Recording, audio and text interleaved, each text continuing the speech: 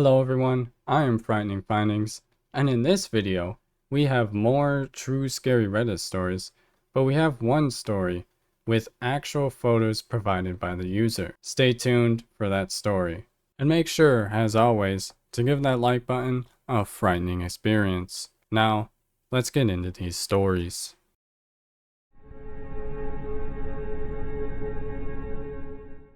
I was in middle school when this happened. Just before summer ended and we were getting ready to go back to school. My second cousin had recently moved into a new 2-story, 2-bedroom, 1-bathroom apartment with a big kitchen and living room. It was perfect for her, her boyfriend, now husband, and their one child. She has 2 more kids now. She invited my sibling and me to spend the night, though Mom preferred to stay home but still wanted to check out the apartment. When we arrived, we all loved it.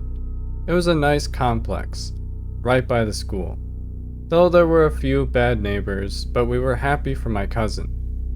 She was excited about her new place. While my mom and cousin chatted inside, spoiling her baby, my sibling and I talked to some neighborhood kids about toys, games, and where we were from. One of the older kids glanced at the apartment and chuckled, "I can't believe y'all moved in here. I remember when that old lady..." But before he could finish, my cousin quickly walked over and cut him off, telling the kids it was time to go. We said goodbye to Mom and went inside. It was just me, my sibling, my cousin, and her baby now. The strange comment from the boy faded from my mind as we played video games and had fun. That night, things got eerie. The apartment was unusually quiet. The TV was on, but muted. My cousin was asleep in her room with the baby, while my sibling and I slept on the floor with blankets and sheets. Something woke me up, but I couldn't tell what it was. Everything seemed normal. Everyone was still asleep. So why was I awake? I stretched out and curled on my side, trying to fall back asleep, when I heard it. The sound echoed through the floor. I could feel it. My hand was touching the hardwood floor, and I could feel the vibrations since the blankets were thin. My sibling was awake too, looking at me. "You heard it too?" they whispered. I nodded, keeping my voice low to avoid waking my cousin. "How long has it been going on?" I asked. "I don't know, but it woke me up." I didn't say anything because cousin's name hasn't done anything. I started feeling uneasy, glancing nervously at the closed door. Her boyfriend wasn't there. He was out with friends because we were spending the night. So, what was making that noise? "Should we wake her up?" I asked. Out of nowhere, my cousin's sleepy voice cut through the silence. "Be quiet and go back to sleep." I flinched, sitting up to see her still lying down with her eyes closed. "I was just thinking about going to the bathroom," I lied, but I hesitated. In reality, I didn't have to go. I was just curious, too curious for my own good. My cousin told me to go, so I got up, ignoring my sibling's nervous glance. They didn't want me to open that bedroom door, but I was younger and either braver or dumber than them. I stepped into the hallway, pulling the door until it was just a crack. The apartment felt cold, not just under my bare feet, but everywhere. The bathroom was only a few steps away, and from there, you could see down the stairs to the front door. I stood at the top of the stairs, my fists clenched, watching the front door, which was dimly lit by moonlight filtering through a small window. Everything else was dark and silent. After a few seconds, my cousin called me back into the bedroom, irritated. I said I was going to the bathroom, and she told me to hurry up. To keep up the act, I flushed the toilet and ran the water before heading back to the bedroom. As soon as I closed the door behind me, the sound was faster now, like someone coming up the stairs but never reaching the top. My heart raced as I glanced at my cousin, who was watching me. She told us to go back to sleep, so we did. The next morning, Mom came to pick us up. My cousin kept trying to convince us to stay a little longer, looking over her boyfriend's work schedule. But Mom was firm, reminding us that we had school the next day. Finally, Mom asked her directly, "Why do you want them to stay so badly? Boyfriend's name isn't even here." After I paused, my cousin sighed and said, "An old lady died here. They found her at the bottom of the stairs in her nightgown, but she didn't fall. It looked like she died trying to climb the stairs. I remember seeing the ambulance once while driving by, but I had no idea it was for this apartment."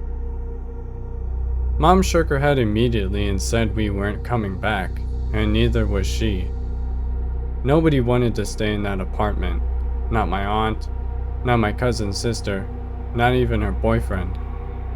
He even started taking overtime just so he wouldn't have to be there as much.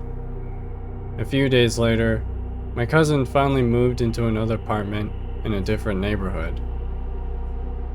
Years later, another family member moved into that same neighborhood. When I asked them about my cousin's old apartment, they laughed and said, "Nobody wants to live there. Everyone says it's haunted." I didn't say anything, just nodded slowly. The noises we heard that night, those footsteps, always seemed to linger near the bottom of the stairs. I'd forgotten about it for a while, but typing this out makes me wonder, was it the old lady haunting that apartment? And is she still there? Maybe one day, I'll drive by the neighborhood again and see if anything's changed.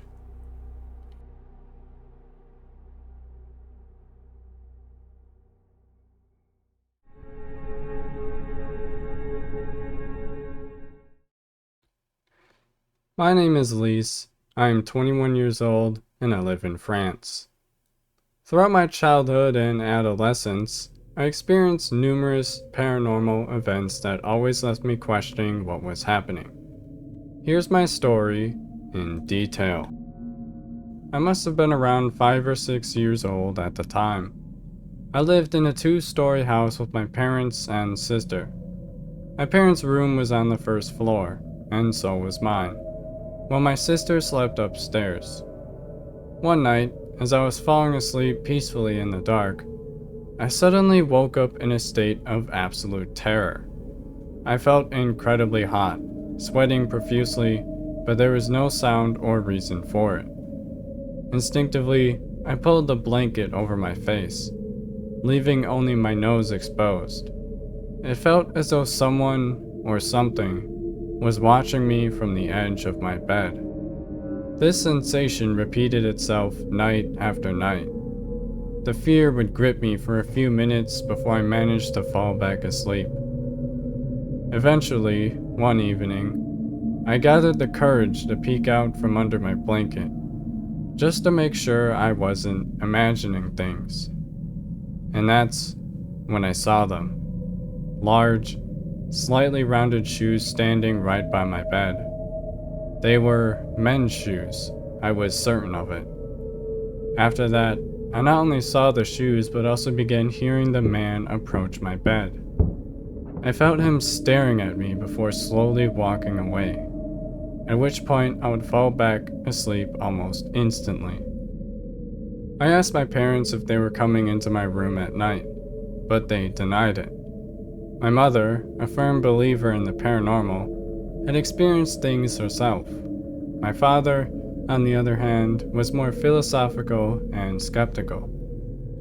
A few years later, before we moved, I confided in my mother about the man. She advised me to try talking to him, but I never mustered the courage. He frightened me too much. After that conversation, one night I found myself turned upside down in my bed, wrapped in my blanket, screaming for my mother to come and save me. I had no idea how I ended up like that. and my mother was just as terrified as I was. When we moved to a smaller house, I was 12 years old. My room was near my parents' bedroom again, which reassured me. The first night went fine, but I still slept with the light on and my blanket over my face, just as I always had. Then, one evening, I heard my name whispered softly. Lise. Thinking it was my father catching me secretly playing on my DS, I hid under my blanket. But then I heard it again, louder this time. Lise. I was terrified, sweating just like before. For a while, nothing significant happened, but the anxiety at night never left me. As time passed, I began feeling the presence of something in the house. When I was alone, I would often sense that I was being watched. Occasionally, when I turned my head, I would see black shadows that quickly disappeared. There was a staircase leading up to a small upper level in the house. I rarely went up there because it felt wrong, like something was up there watching me. Still, I sometimes braved it to play video games. One night, around the age of 15, I decided to sleep upstairs with the television on for comfort. But that familiar sensation returned. I heard my name again, loudly this time. Lise, shut up. I barely slept that night, consumed by fear. Over the years, I occasionally saw strange things, like a bright light on the wall across from my bed. I even took a picture of it to show my mother while she was on vacation, though I've since lost the photo. Eventually, I grew accustomed to it, and when I approached the light, I found it warm and strangely reassuring. I started talking to these presences whenever I felt them nearby. Where are you? I would ask. Are you okay today? Sometimes, at night, I would feel someone lightly caressing my back. Though it was unsettling, it wasn't unpleasant. It actually made me feel comforted. I also had a few instances where toys or figures I was playing with would jump off the bed by themselves right in front of me. At the time, and still today, I would collect figurines. I was pulling them, and in one instance, the object was in the middle of my bed. It was the last object that I had to sort. But suddenly, it was thrown before my eyes against my dressing room, and I was very scared and called my mother directly, and that's when she began to worry more and more. I feel that this specific object still has energy. I feel things through my hands, intuitions, and in relation to the things around me like butterflies, which very often appear in my vision, enormous feathers, and a lot of ladybugs, too. Whether or not you believe in me, I believe in this like God. There was one particular moment when I found a branch that resembled a tree of life. A woman who had come to our house, a medium of sorts who could sense spirits and read cards, advised me to throw the branch away. My mother had asked her to come because she wanted to understand why I was experiencing all these things. The woman revealed that the spirit of an old lady lived in our house, the former owner. She didn't mention a man, though. However, when she entered my room, she was overcome with a sense of fear and warned me about keeping the shutters closed. According to her, evil spirits had taken refuge in my room, which sent chills down my spine. Now, I live in an apartment with my partner. I'm 21 years old, but my experiences aren't over yet. Every now and then, I still hear voices. Once, I was getting out of the shower when I distinctly heard, "Are you okay, darling?" Startled, I called out to my partner, who was downstairs. He assured me he hadn't said anything and was busy preparing dinner. Another time, while I was on the sofa watching a video, I heard someone yell, "Shut up!" I turned off my phone, stood up, and shouted, "Leave me alone." Since then, the voices have stopped.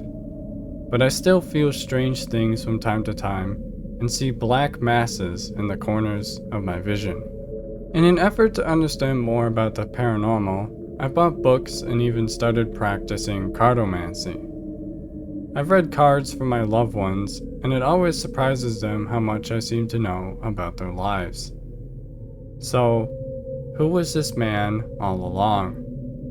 My grandfather passed away when I was 5, and I've come to believe it was him watching over me. My mother has always thought so too, and Darling was a nickname he often used for me.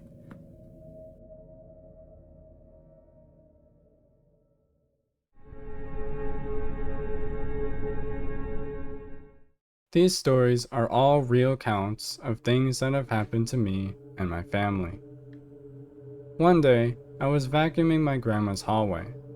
I was standing right in front of the yellow room, where my uncle would later pass away from a heart attack, when I felt a tap on my shoulder. I also felt someone blow through my hair, and I watched as my hair flew forward into my face. At the time, the only other person home was my grandma, who was in the kitchen. She was wheelchair bound and a devout Christian who would never pull any kind of prank to scare me. Years earlier, before they moved in, about 3 years before the incident with my hair, I was helping my family paint the house. During a break, I decided to lie down and read a book in that same yellow room. I laid on the floor with my head facing the door, which was open. My dad had gone out to the car or garage, so I was completely alone in the house. Suddenly, the door to the yellow room slammed shut abruptly, catching me off guard. I looked up from my book and saw a red-headed woman hanging in the closet to the right of the door. 6 years after that incident, my uncle had a heart attack and was found lying on the floor with his eyes wide open, right in front of that same closet. 4 years later, my grandmother passed away in the room next to the yellow room. Sometime before my uncle's death, my grandma once asked me if I had ever felt the need to call on the name of Jesus in her house. I'm not religious, but I took her question to mean, "Have you ever felt unsafe or afraid here?" I told her about what I had seen in the closet before they moved in. Her face drained of color, and her eyes went so wide it looked like they may fall out of her sockets. In a hushed voice, as though she were afraid someone might overhear, she said, "The red-headed woman runs naked through my room, screaming whenever I try to sleep." She had me pray with her after that, and we never mentioned it again. As her health declined, my sister and her kids moved in with her. The kids were offered the yellow room, but they both refused, terrified of going down that hallway. They had no idea what I had seen or that their great-uncle had died in that room. My sister stayed in the yellow room for a while, and I believe that's when she was at the height of her chronic depression. My nephew, now a preteen, eventually worked up the courage to move into the yellow room. He keeps odd hours, and though the door still closes by itself, according to him, it never slams shut. My niece, on the other hand, was terrorized by a pale woman with black hair in the hallway bathroom. She's the only one in the house who has ever mentioned seeing a woman with black hair, and it's been a few years since she last spoke of it. As for the incident with my hair flying into my face, I tried to reason with myself that it could have been caused by the air vent nearby. Maybe the AC had come back on. But when I checked the thermostat, the air conditioner wasn't running, and the fan wasn't even on. I also remember another strange moment, though I can't recall exactly when it happened. I was hanging out with my aunt in her room, which was down the same hallway but on the opposite end.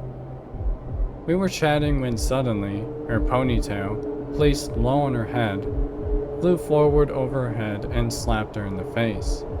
I saw it happen. She hadn't moved in any way that would have caused it. It was as if someone had come up behind her and slapped the underside of her ponytail. Surprisingly, despite everything that happened, we never had the house cleansed of spirits. My grandma was devout, but by the time they moved to Virginia, she no longer belonged to a church community and would simply watch church services on TV. One particular eerie moment happened on the 4th of July after my uncle passed away. I was using the bathroom near the dining room, which was on the opposite side of the house from the bedrooms and hallway. Everyone else was outside, either at the grill or sorting out fireworks.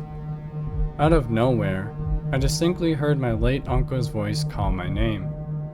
His voice was unmistakable, deep and unsettling. I'd always been afraid of him when he was alive. He was an addict with erratic and often violent outbursts. Recently, my mom told me something disturbing. Apparently, when they still lived in New York, my uncle used to write me letters, even though I couldn't read or write at the time. Eventually, he started sending letters asking why I never wrote back or why I didn't want to play with him. He mentioned how it hurt his feelings and made him angry. I'm so glad my mom didn't tell me about this while he was still alive, but even now, the thought of it terrifies me. I shared this story with my niece, and she told me that whenever they talk about the things they've seen in the house, the lights start flickering. She also mentioned that she once had a dream in which our grandma came back, but she looked different. My grandma used to dye her hair red.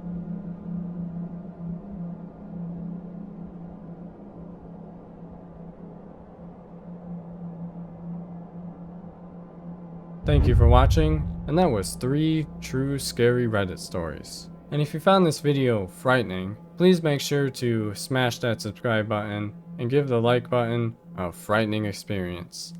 Thanks again, and I will see you in the next video.